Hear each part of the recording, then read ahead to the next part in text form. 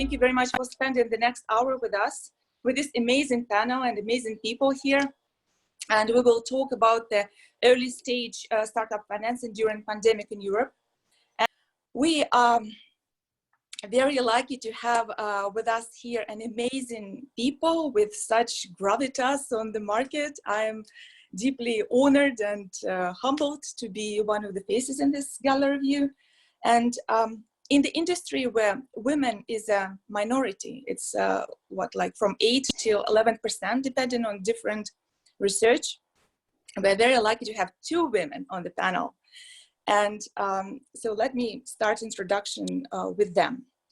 Claire Munck, she's the CEO of B Angels. It's one of the Europe's oldest business angel groups based in Belgium. And she is also on the board of Business Angels Europe, the Confederation of Europe's angel groups. Inka Mero, she's the founder and managing partner of Voima Ventures. She's from Finland, and she's an entrepreneur, company builder, VC, angel investor, and new business executive, so multifaceted personality. And Robin Wauters, he is the founder and the head of Tech.eu. This is the place to go for market intelligence and news on European startup investment market industry. And I'm particularly grateful to you because you inspired me to organize this event, and you helped me immensely. Thank you very much. Philippe Collombel, he is the co-founder and general partner of Partech from France. And according to the Crunchbase, Partech is the #2 most active early VC last year. Am I correct? Yeah. And also Partech is particularly unique because it has, it manages seed, early stage, and growth funds. So you follow startups all the way, and you have the idea of what's going on, you know, all the way. And from the other side of Europe, we have here Dmitry Kalaev. He is the head of acceleration of Internet Initiatives Development Fund in Russia, and it's the biggest early stage fund and accelerator in Europe, according to Dow Jones Venture Source. And my name is Nastasya Savina. I'm the head of marketing boutique called One Step to Market. I'm helping companies go global or land softly in the UK. And I will be moderating the conversation tonight. And so until recently, the sky was pretty blue for startups who wish to raise capital. And in 2019, European startups raised about $36 billion, right? And it was possible, if not rather easy, to get attractive valuation for your startup. But since the beginning of pandemic, things have changed in all parts of the economy. You know, some parts of the economy collapsed, some parts of the economy are surviving, but there are some corners where things are actually great. And what is going on this market? And because the mood is different, you know, from my at least initial research. And since we have an analyst here, Robin, I'm quite sure that you studied all available research on the issue. May I ask you to give us an overview, maybe, to start off the conversation? Yes, absolutely, and thank you for the kind words. Very happy to join this panel tonight. So you're right, we analyzed the European technology industry. We keep track of transactions, funding, exit deals, valuations whenever we can get our hands on them. So we have a pretty good historical view of how Europe was doing, and you're absolutely right. Until very recently, the sky was very, very blue. We were hitting record numbers. You know, the sentiment was good. The valuations were healthy. In different corners of Europe, we could see activity picking up, which was great. Some couple of really, really big market-leading companies coming out of Europe, etc. So we're on a trajectory, quite slowly, maybe in comparison to some other regions in the world, but we were definitely up and to the right until this pandemic. Now, I'm the first one. First of all, I will say that any analysis or any deep thoughts or deep statistics on what is happening now is really, really very preliminary, because we're only at the very, very beginning of the pandemic and the crisis that unfolds because of it. it's very, very, very early to draw any big conclusions on what the effect is going to be on either the early stage funding or late stage or the funding ecosystem as a whole. But of course, it's going to have a tremendous amount of pressure on across stages, across regions, across sectors, as we all know. So there's no point in being very optimistic. There's also no point in being very pessimistic, because so far we haven't really seen a massively dramatic slowdown. If you want, I can give you some numbers. Keep in mind that I just said that they're very, very preliminary. So what we do is we keep track every week of which companies raise funding. So there's 3 indicators that we really want to track. That is the number of funding deals that we track, the total investment volume, means the total capital that actually goes to startups, and the total amount of exit deals, meaning mergers, acquisitions, but also IPOs. So if you look at the statistics in January, which is typically, by the way, a very slow month, they were super healthy. Like, we were again on a trajectory to hitting a record quarter with 200. Just let me check so I don't say anything stupid. So we had about 270 funding deals in the month. We had almost 6 billion euros raised. Can you imagine 6 billion raised in 1 month? And 80 M&A deals and IPOs tracked for the month of January. And that number has dropped. Just to give you an idea, we just finished April, so I can give you a month-to-month drop from January to April. The amount of funding deals that we tracked dropped by 18.5%, which is relatively okay, given the circumstances. But if you look at the total investment volume, that one has dropped by 37.4%, which is quite a significant drop. And if you count out the deal that Takeaway just raised a whole lot of money, but that was in connection to the Just Eat transaction, so it's quite of a different beast. We actually look at a 50% drop down in terms of total investment volume. The same number, so 50% slowdown when it comes to exit transactions. So this is very preliminary. It's far too soon to draw any big conclusions from these numbers, but it does show that it's a very, very clear slowdown. And I think it's mostly visible in the early stages. I think, after the summer and maybe by the end of the year, we'll have a better view on what this actually means for the ecosystem and what the numbers actually translate to. But we all see the headlines. We all see the companies, the likes of Uber and Airbnb, laying off tremendous amounts of people. We all hear the stories about investors, taking a step back, even though they're open for business. A lot of them are taking a step back to sort of reevaluate the market based on the circumstances, based on their portfolio performance and which sector they're in. So it's far too soon to draw any big conclusions, but that there's a massive slowdown going on is absolutely already the case and already visible in the numbers. So I'll leave it at that for now. Okay, interesting. You mentioned that it is most noticeable at the early stages, because looks like in America, things are a bit different, because later stages are influenced by the public market, and since the whole kind of Dow Jones and all other public markets, they fell like from 25 to 30% of the largest economies. That influences the later stages of startup development, but not the early stages. The pitch book wrote it. I was so surprised myself. So what do you feel, Claire? Is it, does this cautious attitude, does it correspond to what other angels are feeling across Europe? Or is it, what's the attitude, what's the mood in the angel community? Yes, well, I'll probably start with what I know best, which is probably Belgium at the moment. And I think that for the moment, angels are still open for business. I think to go back to Robin's point, I think obviously there is some caution, because we cannot really anticipate right now what will be the full consequences of the crisis. But really there are two situations. There are those angels that already have portfolio companies and that have been extremely active in helping them to prepare new business plans, anticipate how they could survive through the crisis, and helping them to be more cautious, and helping them to understand that things will probably be rough for a couple of long months. And then there are those angels that are looking at new deals. And what I see is that there is still, the majority of our angels are still very enthusiastic because well, one of their motivations is to help startups. And I think that, this is a time where, startups clearly are demanding support and help.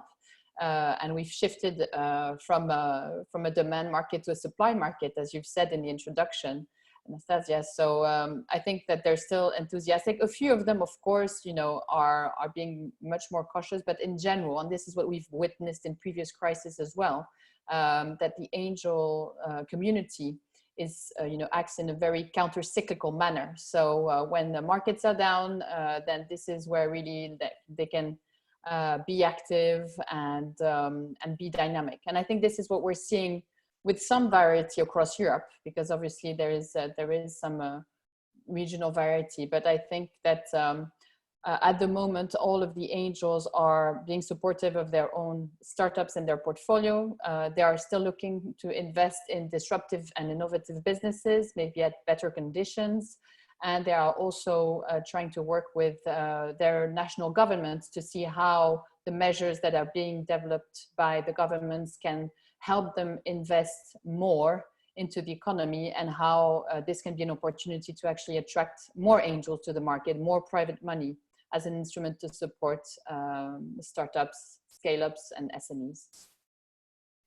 Interesting, you mentioned this about the government support, because that's one of the topics that I wanted you to touch upon, but maybe later in the conversation. But since you touched it, Robin, can you give at least some brief overview how European governments are trying to support the investors to help them keep on supporting startups with capital? So first of all, I think it's very difficult to summarize it. There is a lot of governments in Europe, and they're all sort of trying to do their own thing, what they think is best for their community. There was also a bit of an effect, because France was the first one to sort of come with very clear measures, specifically targeting startups, then followed by Germany, and then followed by the UK. And I think it has sort of a trickle-down effect, because now the other countries can sort of see what they're doing. Is it convertible loans? Is it helping the existing investors sort of protect their portfolio? Is it through taxes? Is it through other measures? So there's a very good initiative called the United Tech of Europe, which has come up with a very clear list and a map, which basically lays out all of the initiatives that the government is across Europe are doing for startups specifically. So I would urge, I will put the link also in the chat, but I would urge everyone who has an interest in that to really look at what's being done. There's also quite a debate about if governments should be getting involved in helping startups out or not, which I don't think should be a topic for this panel, but maybe for a future one. Okay, thank you very much. So looks like angels are pretty optimistic, and with support of different governments. You don't want a good crisis go to waste, right? So I think they're living by this motto. And what is happening in the VC community? Philippe, could you please touch upon that? Yes.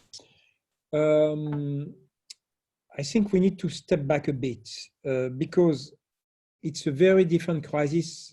That's my third crisis as a general partner of a firm. And it's a very, very different crisis from the one of 2001 and 2008. Just to give you a perspective to complement what Robin says, which is, by the way, very true, there is a slowdown. But in 2008, when the crisis began, in 2008, VCs had raised in Europe around 7 billion, and about the same in 2007. In 2018 and 2019, the VCs have raised in Europe 13 billion. And for the first quarter of 2020, the VC raised another 7 billion. That means that the VC in Q1 2020 raised more than for the entire year of 2008, which means that there is still a lot of dry powders within the VC. And that's very comforting. The second element that we need to really speak about is the quality of the entrepreneur. And I have been personally amazed by the quality of the entrepreneurs. 100% of my portfolio had a plan 4 days after the confinement. Within 10 days, they had almost the new business plan, and within 3 weeks, most of them had found grant subsidies, loans, convertible. We have been extremely helpful. We put some equity at stake, but I repeat, it can't be compared with what happened in 2001. The entrepreneurs were very young, the VC were inexperienced, and they blame each other. In 2008, there was more maturity, but no money available. This time, there is both money and a huge majority. Third aspect to be considered is the quality of the startups. Most of the companies that I see have very, very sound business models, which means that, in my view, what's going to happen? First, I agree with Claire. Business angels are ready to invest, but probably the seed VCs are going to be a bit cautious. On the early stage, given the runways that most of the European startups have, I would say that on average, startups have between 14 and 18 months of runway. I don't see any dramatic impact. What is sure is that as most of the VC can't travel for the time being, there is a downsizing of international deals, meaning that VCs to invest closer to their home because they just can't travel, which automatically decrease the supply of money. But I think over time this will be overcome. Third aspect, given what I see on the Nasdaq and what I see on the growth stage, I think it will take time on the growth stage for valuation to adjust. You need to take into account that it's true that the market have declined, but for the time being, the Nasdaq is almost as high as it was mid-December. There has been almost no crisis in the tech sector for the time being. There is huge amount of money in growth, which means that all in all, what I see, slowdown in seed, a kind of national retrenchment in early stage, but that will be temporary. And I see the growth stage less affected than it was in the last crisis. Okay, interesting. Have you, just recently I was talking to one VC and he told me that since I can't travel, I have all my meetings online. And therefore, it is somehow much easier to get a meeting with me than it was before. Do you think that the market will eventually come to that they listen to the pitches of a Zoom, you know? Yeah. We have issued two term sheets without meeting the entrepreneurs. We have closed one deal that was announced yesterday, and congratulations, by the way. Yeah, all of the due diligence have been done online. That means that VCs find ways to get around. Still, when you put in early stage 8 million or in growth a 40 million ticket, at one stage you need to meet the entrepreneurs. That's true. Inka, how do you feel? Does the situation is the same in the Nordic countries, or how does VCs in Finland feel, maybe in some neighboring countries? Yeah, so firstly, thanks for inviting me to the panel, and obviously Nordics and Baltic region as a whole, I think, has been really booming in terms of a tech and startups during the last 10 years. You know, we've spoken about startup miracle and you know, all of this cultural but also growth driven let's say economic impact what has happened here, and the markets are very different. I would say Finland is very technology centric, less of a B2C digital services, whereas Sweden, for example, is one of the leaders in such domains. And Sweden obviously is one of the biggest, let's say, VC markets here. I think it alone is somewhere between 4 to 6 billion in terms of a capital raised, as well as in terms of a investment volume. Finland is smaller as our Baltics and rest of the Nordic countries. And obviously in this part of the world, we're quite dependent on international investors. So these pan-European or global huge funds who've invested into our gaming sector or our deep tech sector, anything from wearables to satellite technologies. And I'm part of a working group which is kind of looking into the data, trying to understand really the actual impact of the COVID. And basically during the last financial crisis, 2008, basically most of that international funding disappeared. Currently, our estimation that the gap will be somewhere between, let's say, 400 to 600 million on a yearly basis, which represents fairly substantial part of the, let's say, yearly volume of the investments here in my country. But obviously, there are ways to mitigate that. We have altogether more than, let's say, 10,000 startups in this overall region, and obviously, the entrepreneurs are doing basically what entrepreneurs are supposed to do on tough times. So they're adjusting their plans and revising their budgets and selling more and all of that. And we as early stage and pre-seed VCs, we obviously spend a lot of time with our portfolio companies trying to make sure that they succeed and all of that. And then in some fields, it's a bit easier to sell. If you're selling, on a face-to-face online meeting, some sort of a service, it's a bit of a different thing than if you're selling a next generation water filter. But coming back to where we are compared to other European markets, I would say that we're also seeing a similar angel investment activity. We have the highest per capita number of angels in Europe. However, we expect that part also to slow down maybe 20 to 30% during this year. There is probably some counter-cyclical activity as mentioned by Claire, but on the other hand, many angel investors are somewhat dependent on liquid assets. And even though the stock market has almost climbed back, also angels need to reserve money to their existing portfolios. In the VC side, there's a lot of dry powder, as mentioned, and that's a very good analysis. We need to remember that money from the funds isn't disappearing anywhere.